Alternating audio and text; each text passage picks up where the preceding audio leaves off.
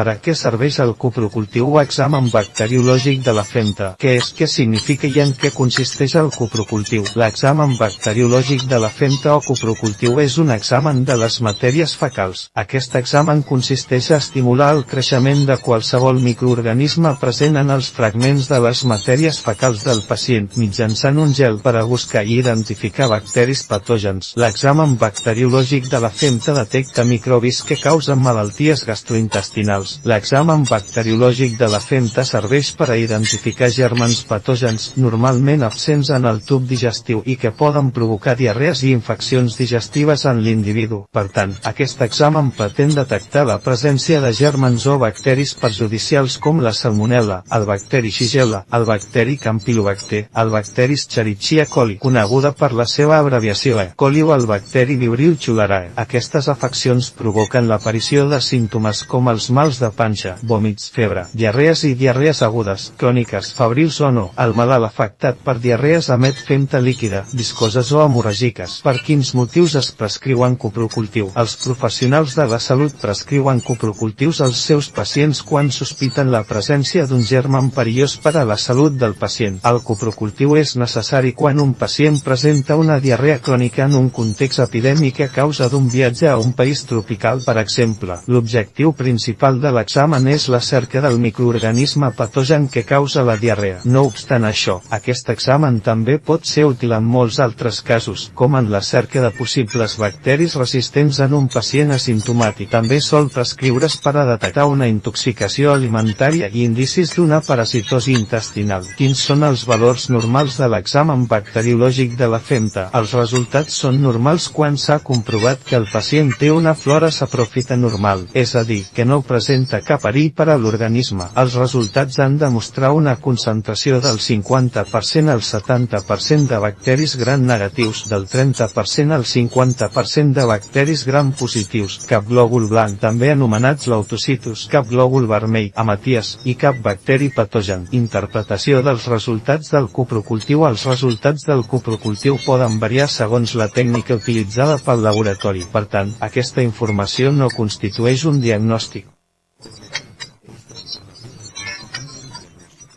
És important que el pacient consulti el seu metge, qui interpretarà els resultats i considerarà la possibilitat de realitzar exàmens complementaris o prescriure un tractament. Si et va agradar aquest vídeo, subscriu-te i comparteix. No oblidis regalar-nos un m'agrada.